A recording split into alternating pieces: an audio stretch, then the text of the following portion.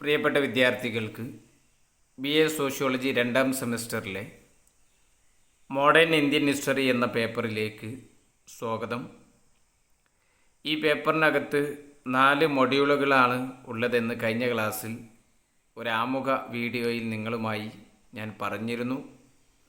ഇന്ന് നമ്മൾ 1ാമത്തെ ചാപ്റ്റർ ആരംഭിക്കുകയാണ്.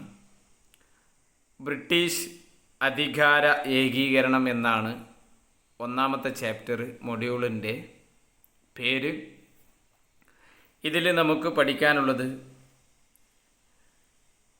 പ്രധാനമായും ബ്രിട്ടീഷുകാരുടെ ആഗമനവും അവരുടെ സാമ്പത്തിക പെരുമാറ്റം, ഭൂപരിഷ്കാരങ്ങൾ, ഇങ്ങനെയുള്ള ഒരുപാട് കാര്യങ്ങളാണ്.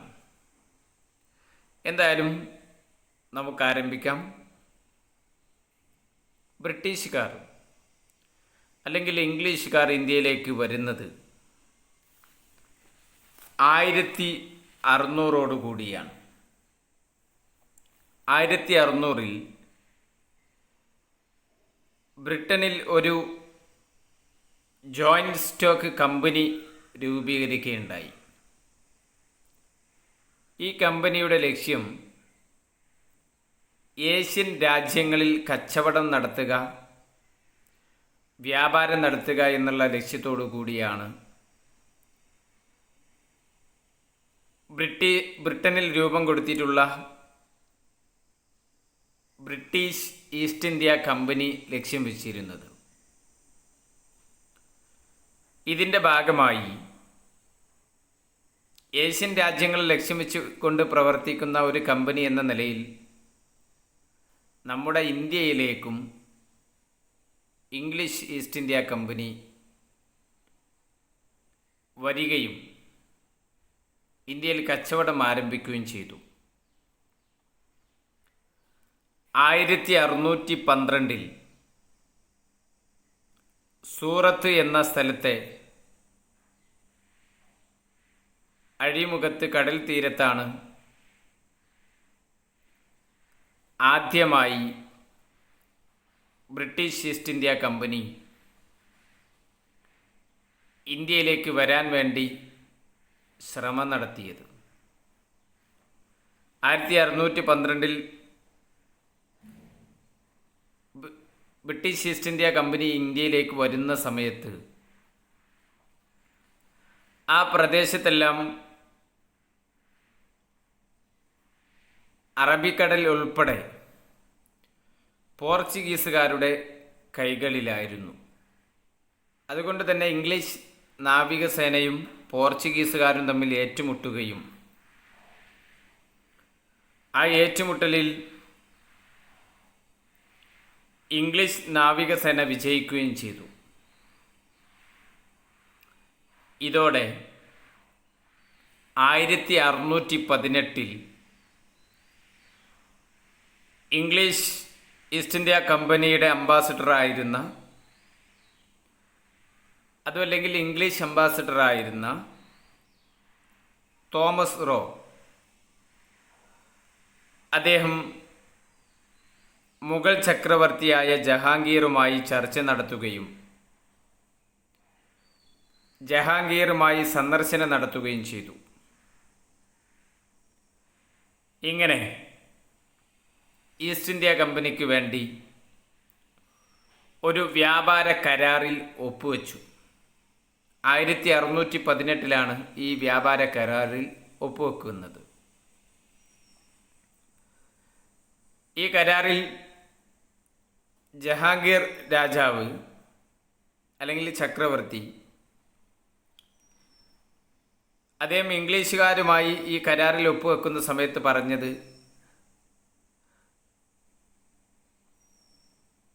പോർച്ചുഗീസുകാരിൽ നിന്ന് സംരക്ഷണം നൽകണമെന്നുള്ളതാണ്.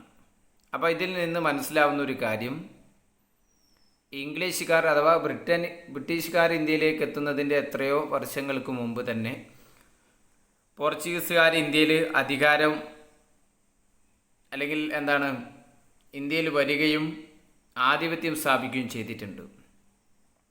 ആ പോർച്ചുഗീസുകാരിൽ നിന്ന് സംരക്ഷണം നൽകാൻ മറ്റൊരു മാർഗം ജഹാംഗീർ ചക്രവർത്തിക്ക് മുഗൾ ചക്രവർത്തിക്ക് ഉണ്ടായിരുന്നില്ല. അതുകൊണ്ടായിരിക്കാം ഈസ്റ്റ് ഇന്ത്യ കമ്പനിക്ക് വ്യാപാരത്തിന് അവസരം നൽകിയത്. അങ്ങനെ ഇംഗ്ലീഷ് ഈസ്റ്റ് ഇന്ത്യ കമ്പനിക്ക് ഇന്ത്യയിൽ പ്രവർത്തിക്കാനുള്ള ഒരവസരം 1618 ലഭിച്ചു. ഈ കമ്പനി പിന്നീട് ഇന്ത്യയിലെ മുഗൾ ചക്രവർത്തിമാരുടെ സഹായത്തോടുകൂടി 1614 ഇംഗ്ലീഷ് ഈസ്റ്റ് ഇന്ത്യ കമ്പനി അതിൻ്റെ ആസ്ഥാനം സൂറത്തിൽ നിന്ന് ബോംബെയിലേക്ക് മാറ്റി. ഈ സമയത്ത് ബോംബെയിലും പോർച്ചുഗീസുകാരായിരുന്നു ആധിപത്യം സ്ഥാപിച്ചിരുന്നത്. അവിടെയും ഒരു ഏറ്റുമുട്ടലുണ്ടായി. പോർച്ചുഗീസുകാരെ പരാജയപ്പെടുത്തി ബോംബെയിലേക്ക് ഇംഗ്ലീഷ് ഈസ്റ്റ് ഇന്ത്യ കമ്പനിയുടെ ആസ്ഥാനം മാറ്റുകയുണ്ടായി. ഈ സമയത്ത് പിന്നീട് ഇന്ത്യയിലെ വ്യാപാരം മെച്ചപ്പെടുത്തുന്നതിന് വേണ്ടി ഇംഗ്ലീഷ് ഈസ്റ്റ് ഇന്ത്യ കമ്പനി ചക്രവർത്തിമാരുടെ രാജാക്കന്മാരുടെ സഹായത്തോടുകൂടി ഇന്ത്യയിലെ വിവിധ പ്രദേശങ്ങളിൽ വ്യത്യസ്തമായ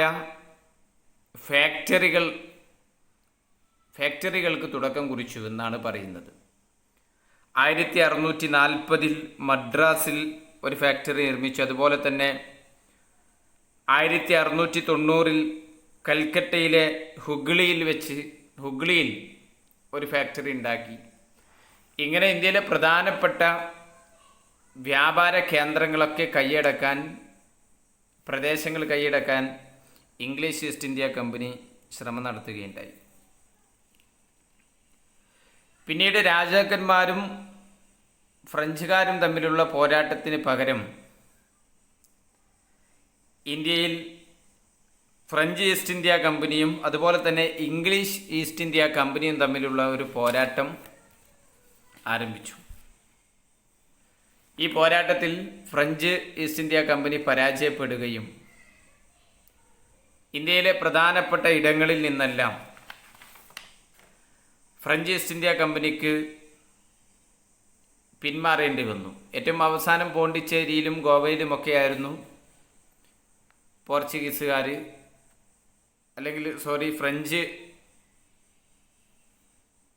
ഫ്രഞ്ചുകാരുണ്ടായിരുന്നത്. ഈ ഫ്രഞ്ച് ഈസ്റ്റ് ഇന്ത്യ കമ്പനിയാണെങ്കിലും അതുപോലെ തന്നെ ഇംഗ്ലീഷ് ഈസ്റ്റ് ഇന്ത്യ കമ്പനിയാണെങ്കിലും ഇവർ ലക്ഷ്യം വെച്ചിരുന്നത് ഇന്ത്യ എന്ന് പറയുന്ന പൗരസ്ത്യ രത്നത്തെയാണ്. പൗരസ്ത്യ രത്നം എന്ന് ഇന്ത്യയെക്കുറിച്ച് പറയാൻ ജുവൽ ഓഫ് ദ ഈസ്റ്റ് എന്നാണ് ഇത് അറിയപ്പെടുന്നത്. അത്രയും ഫലഭൂഷ്ടമായ ഒരു മണ്ണാണ് ഇന്ത്യ. ഇന്ത്യയിൽ നിന്ന് ഒരുപാട് നേടാൻ വ്യാപാരത്തിലൂടെയും മറ്റും ഒരുപാട് നേട്ടങ്ങൾ കൊയ്തെടുക്കാൻ സാധിക്കുമെന്ന വിശ്വാസം ഇരു കൂട്ടർക്കും ഉണ്ടായിരുന്നു. അതുകൊണ്ടാണ് ഇന്ത്യയെ പൗരസ്ത്യ രത്നം എന്ന് സൂചിപ്പിക്കുന്നത്. ജ്വൽ ഓഫ് ഈസ്റ്റ് എന്നാണ് അറിയപ്പെടുന്നത്. അപ്പോൾ ഇത്രയും കാര്യങ്ങളാണ് നമ്മൾ ഇന്ന് പറയുന്നത്. അപ്പോൾ ഇന്ത്യയിലേക്ക് ഈസ്റ്റ് ഇന്ത്യ കമ്പനി വന്നത് എങ്ങനെയാണ് എന്നത് നമ്മുടെ മനസ്സിലാക്കിയുണ്ടായി. ഇതോടുകൂടി ഇന്ത്യയിൽ ചെറിയ തോതിലെങ്കിലും ഇംഗ്ലീഷുകാരൻ ആധിപത്യം സ്ഥാപിച്ചു തുടങ്ങി. നമ്മുടെ അധ്യായത്തിൻ്റെ പേര് നിങ്ങൾക്ക് ഓർമ്മയുണ്ടായിരിക്കും, ബ്രിട്ടീഷ് അധികാര ഏകീകരണം. ആ അധികാര ഏകീകരണത്തിൻ്റെ തുടക്കമാണ് ഈസ്റ്റ് ഇന്ത്യ കമ്പനിയുടെ വരവ്. മറ്റു കാര്യങ്ങളുമായി അടുത്ത വീഡിയോയിൽ നമുക്ക് വീണ്ടും കാണാം.